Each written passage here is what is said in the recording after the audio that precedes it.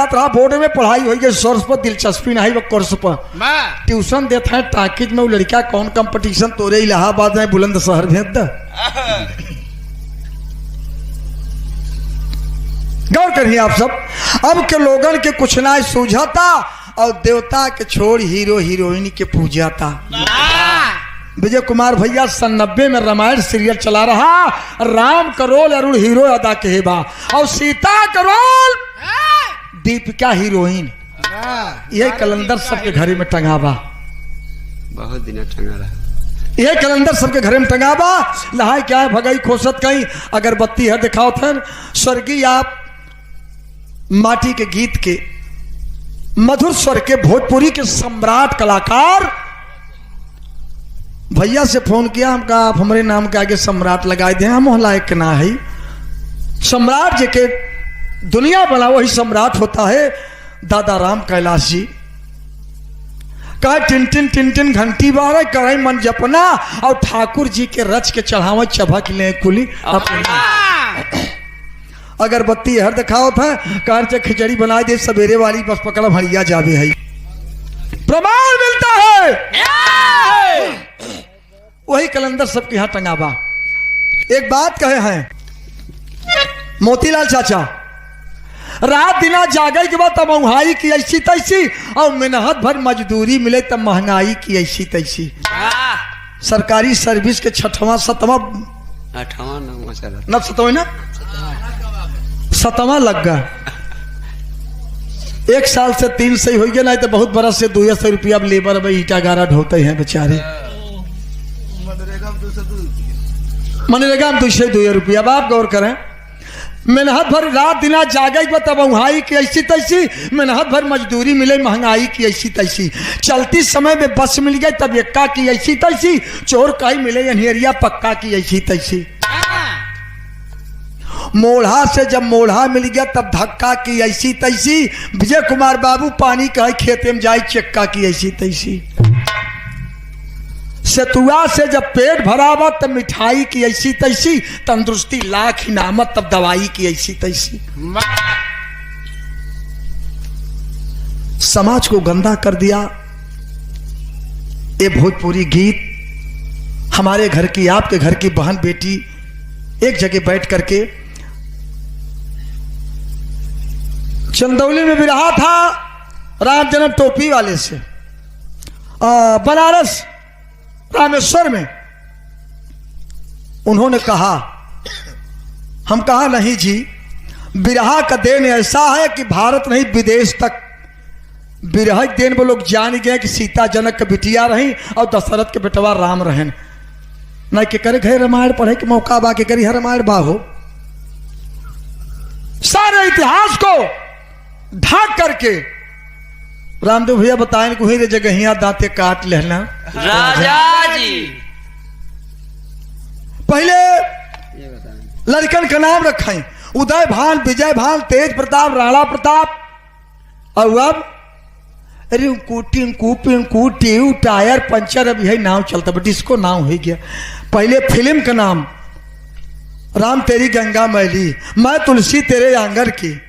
और अब इना मीना ढीका सैया के साथ मड़ैया में बड़ा मजा आवे रजैया।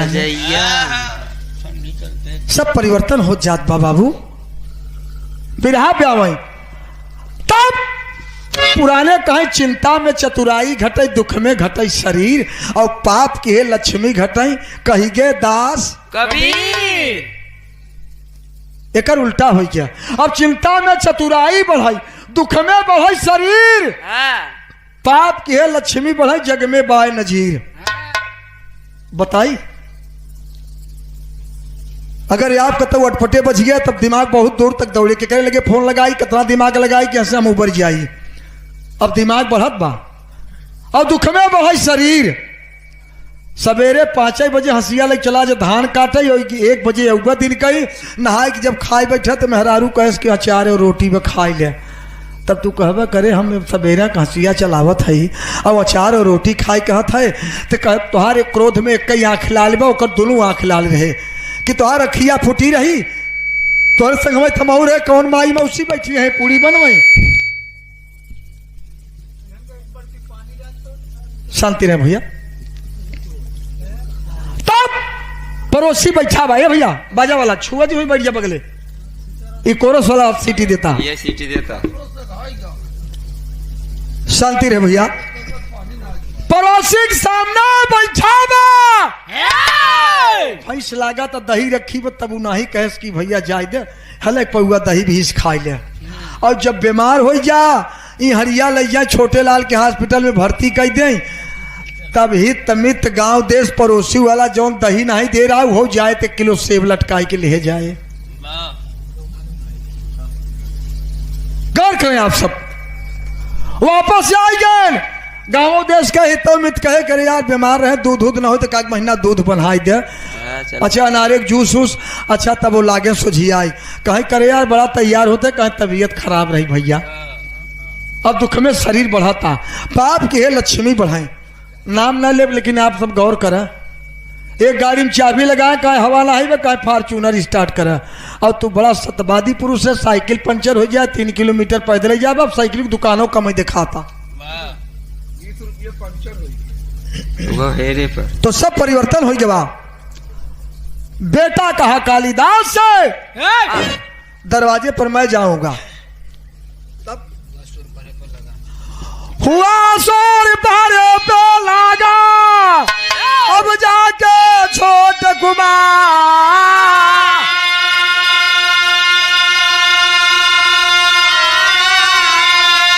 अरे 12 बजे रात के डालो आकर कहा पुकार।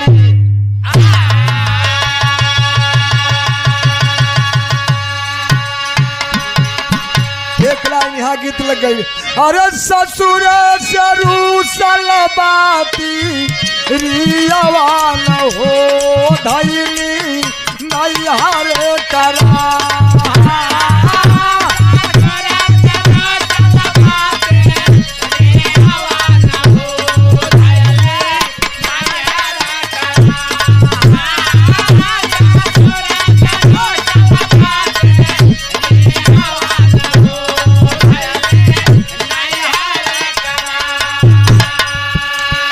बजे रात के कालिदास का बेटा दरवाजे पर खड़ा है और दानव आई गवा, तो दानव सवाल कैले बा, देखा कि दरवाजे पर कोई है, सवाल का कैलस। हारे बोला दानव मारा कुलबा भलावान हो, बोला दानव मारा कुलबा भलावान हो, जिया पाचवा हमारा।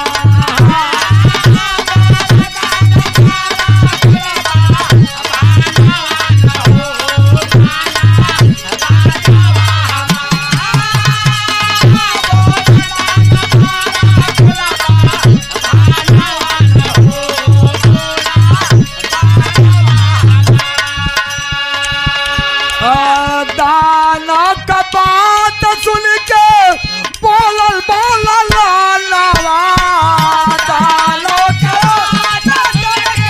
बोलल बोलल लावा दानो के बोलल बोलल लावा।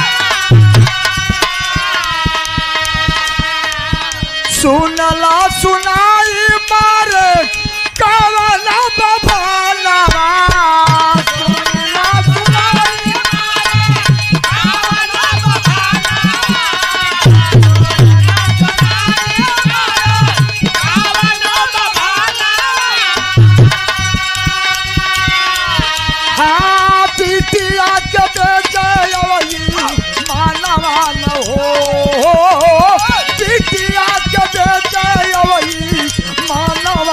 हो सुना पाचवा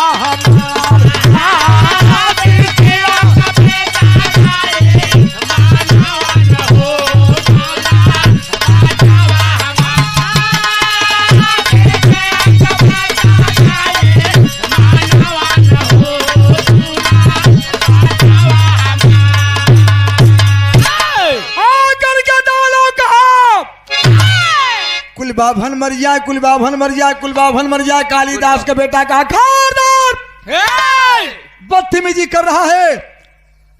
कुल बाभन कैसे मरे धरती पर?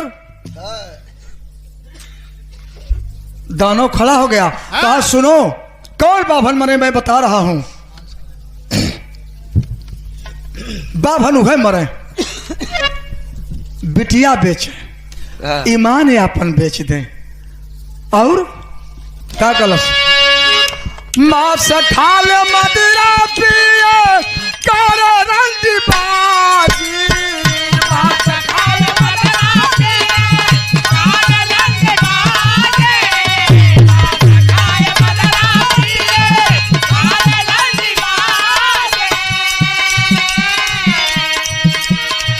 झूठ बोल पापी बाटे, झूठ बोल पापी बाटे, रुपया बियाजी, झूठ बोल पापी बाटे, रुपया बियाजी, झूठ बोल पापी बाटे, रुपया बियाजी।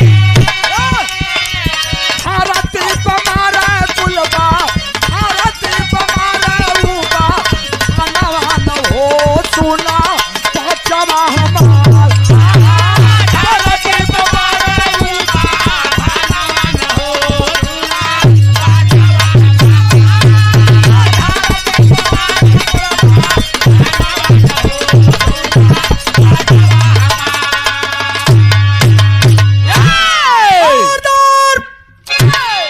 धरती पर सब ब्राह्मण नहीं, वही ब्राह्मण मरेंगे, बिटिया बेच दे, ईमान बेच दे, मांस खाए, मदिरा पिए, रंडीबाजी करें, झूठ बोलें, ब्याजी रुपया बांटें, वही ब्राह्मण मर जाएं। दानव चला गया, मत्था टेका और चला गया। कालिदास खड़े हो गए कि क्या बात है, बेटा तो एक सवाल का उत्तर दे दिया। अब कालिदास दरवाजे से बाहर जब होने लगे, पत्नी पैर पकड़ करके कही स्वामी आप न जाए, आप न जाए, महान कवि आप हैं, आप त्रिकालदर्शी हैं, रचनाकार हैं, हमें जाने दीजिए। बाबू दरवाजे पर कालिदास की पत्नी जाकर के खड़ी हो जाती है, विद्युत्मा। दूसरी बार जब दानव आया, देखा कि औरत दरवाजे पर खड़ी है, सवाल कर दिया दानव, पहपट कलाइन है मास्टर।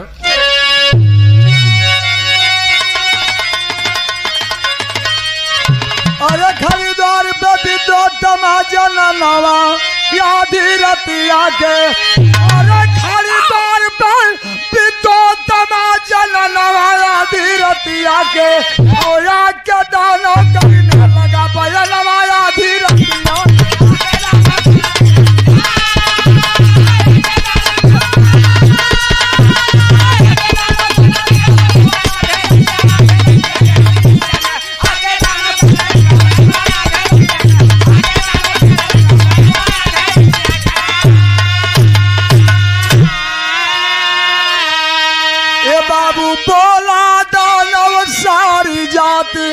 नारिन का छिनार हो, और कहीं विद्युत्मा ऐसी बतिया क्यों बोले दही जार हो। आकर के दानव कहा सारी जात नारिन के छिनार, सारी जात नारिन के छिनार। विद्युत्मा कही खारदार बदतमीजी कर रहा है, सारी जात नारी के नहीं छिनार। कह तब कह हम बतावत है। विद्युत्मा कहलस अरे पति के रहते दूसरी कर सजनवाया धीरतिया के, अरे पति के रहते दूसरी कर सजनवाया धीरतिया के, ओया के डालो करने लगा तनवाया धीरतिया।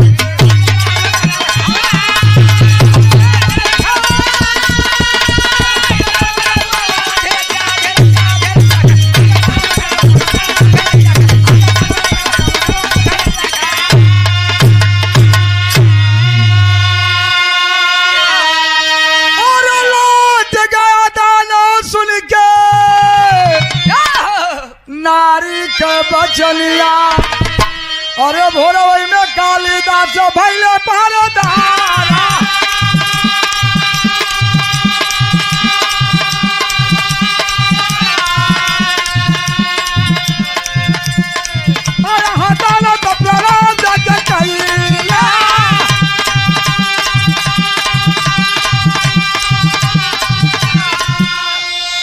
खबरदार, विद्योत्मा कहीं बदतमीजी कर रहा है, दूसरे के संगे बाजार घूमे, हाँ। भुकुर भुकुर बीड़ी पिए, बात बात में नजर मार दें, और पति के रहते दूसर जमाई कैले वह छिनार सब नहीं।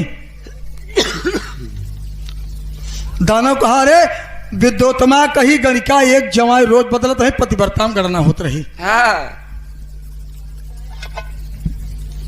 दानव वापस लौट गया। बाबू तीसरी सवाल बाकी रह गई।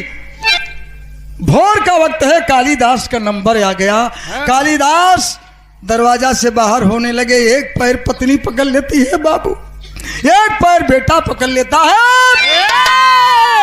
बेटा कहा पिताजी ये गलत है।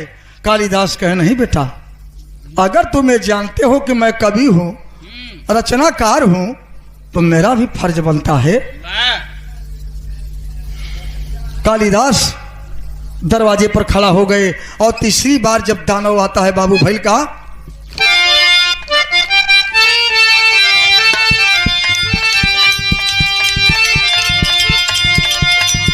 अरे आया है दानव तब प्रणाम जाके कईला।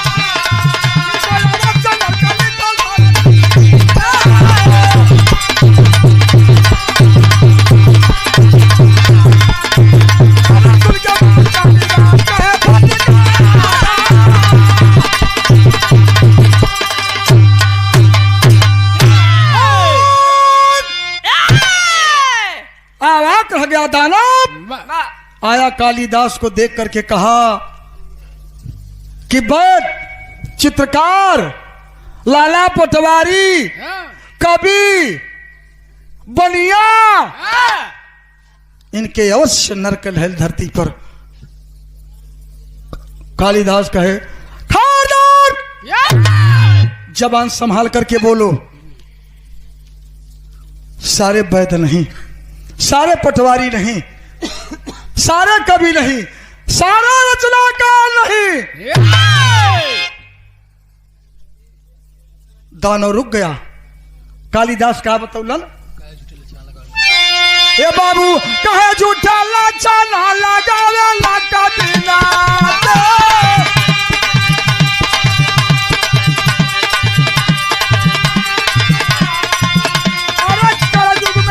भगवान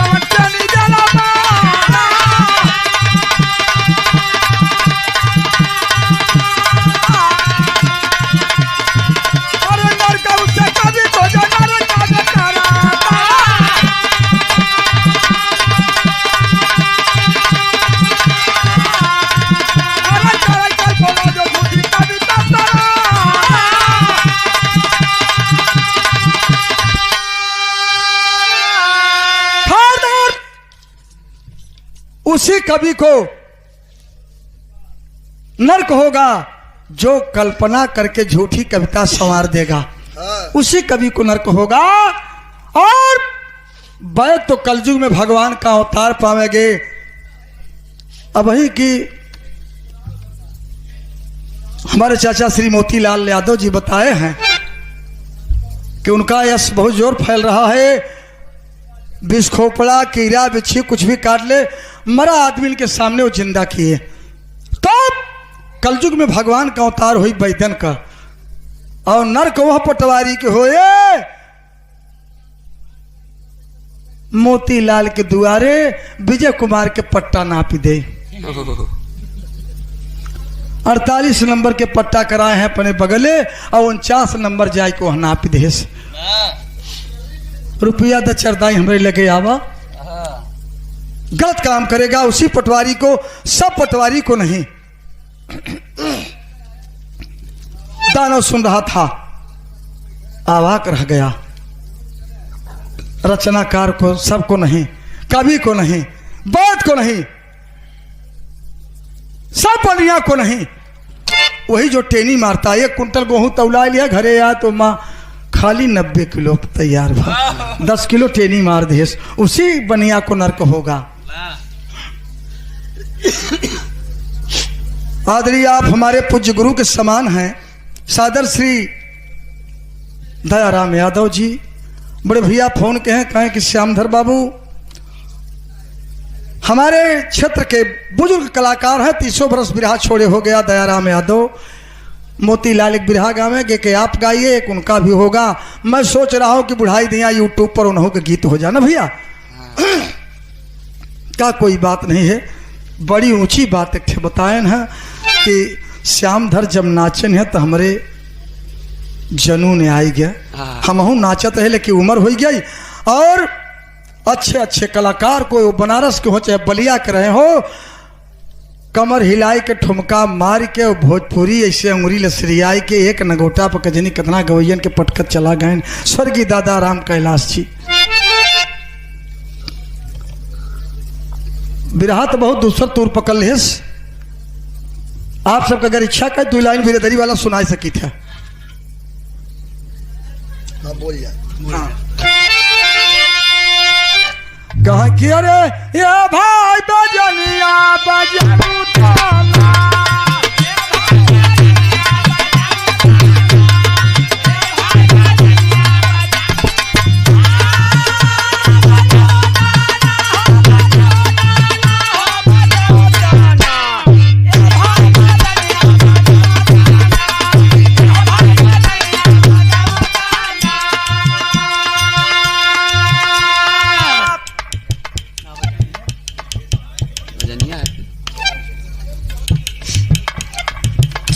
गुड़वा के धरती से सादर आप श्री इंजीनियर ब्रजेश कुमार यादव, जिला पंचायत, ब्रजेश कुमार यादव जिला पंचायत सदस्य। आप बहुत रुपयों सम्मान के, बहुत बहुत प्रणाम बा, सब भाई के नमस्कार प्रणाम बा। बड़ा पुरानी गीत सुनकर के कलेजा द्रवित हो जाता है।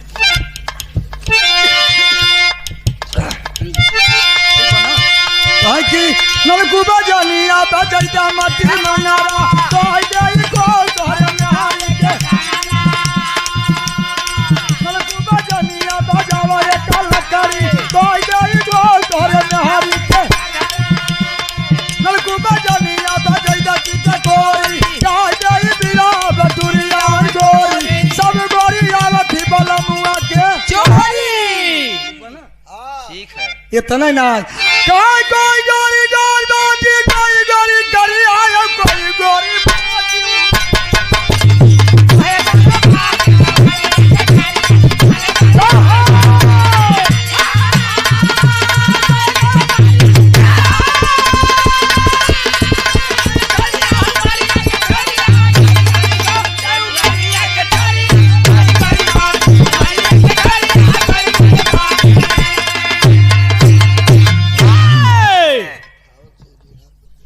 बिरहा चढ़ाई पर रहा, पहले दिमाग में नहीं आए। दादा राम कैलाश अहिरऊ गीत गाय के बनारस में, बलिया में, गाजीपुर में लोक सम्राट बनते हैं अपने आप को। जो विदेश के बॉर्डर नहीं, विदेश तक जा करके बिरहा जगत को विदेश तक भेज करके दुनिया छोड़ करके चले गए, माननीय आप जनाब से जुगनू हैदर अली जी। पूर्वांचल में ऐसा कोई जिला नहीं बाकी होगा, 3-3, 4-4 प्रांत में भोजपुरी द्वारा गवर्नमेंट बुलाया स्वर्गीय श्री दादा राम कैलाश जी को। सम्राट की पदवी मिली उन्हें।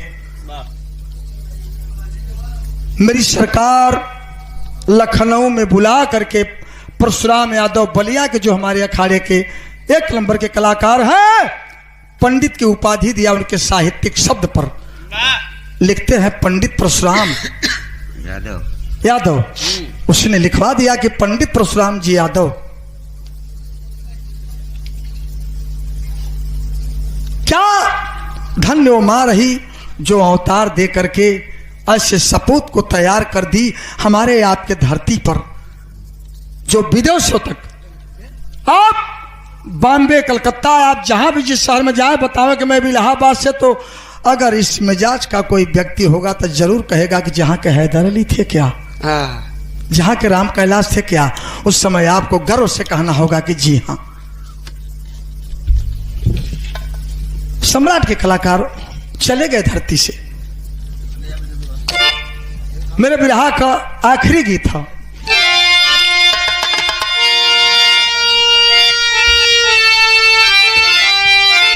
अरे सुन के बात डालो, अब मुस्काए लगा ले, बाका मुक्ति स्वर्ग लोकवा में जाए लगा ले।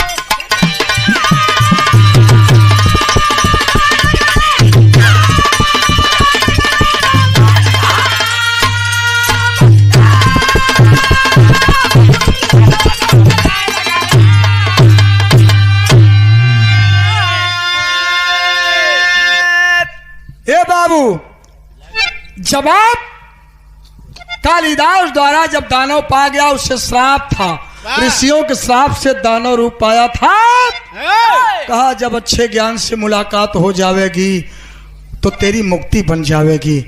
वह श्राप को ढो रहा था। पारस पत्थल को लोग खोज कर थे। अच्छा, टाटा बिरला वाले अगर पारस पत्थल होता बाबू तो कथा भी इतना बड़ा बिजनेस करते नहीं। वह पत्थरवे धई के लोहा छुआ छुआ सोना कहे जाते हैं। पारस पत्थल रूपी ज्ञान है। आपके पास ज्ञान नहीं है तो दौलत बेकार है। आप पास दौलत नहीं है लेकिन ज्ञान है, आपका सोच 1 नंबर के है तो भारत के आप 1 नंबर के धनी हो। मुक्ति पा गया दानव। कि ऋषियों के श्राप से दानव रूप पाया, और हुआ आत्मज्ञान तब डाली गई काया।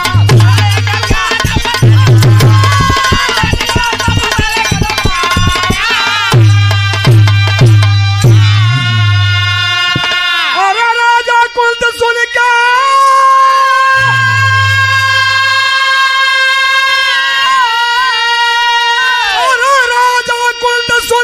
मुस्काया लगले, पाके मुक्ति स्वर्ग लोकवा में जाया लगले।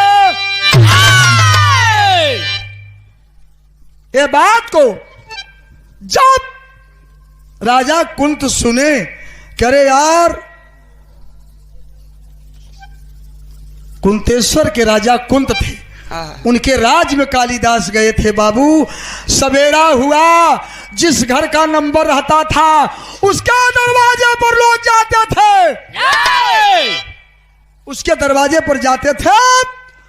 राजा कुंत अपनी लव लश्कर के साथ उसके दरवाजे पर आए। बुढ़िया के इकलौता बेटा था बुढ़िया का, और दानव खा गया होगा बाबू। आए उसका बेटा कालिदास विद्योत्तमा अपने बेटे के साथ दरवाजे पर ठाड़। राजा कुंत कहे, अरे दानव को धराशायी देख करके पूछे, मां मां एक कैसी हाल है? सारी बात, रात की बात माँ बुढ़िया राजा कुंत से बताई।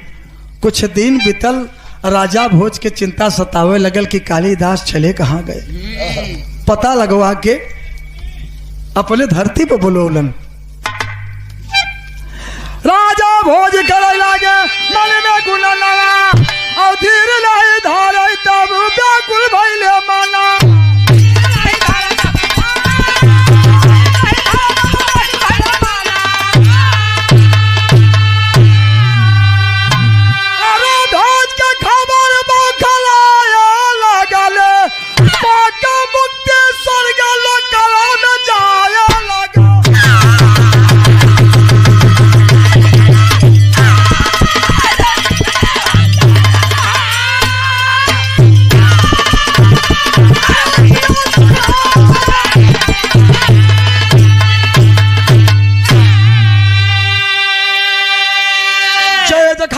जद्दू लोटल की लहरे फुलवारी, सिनायत संग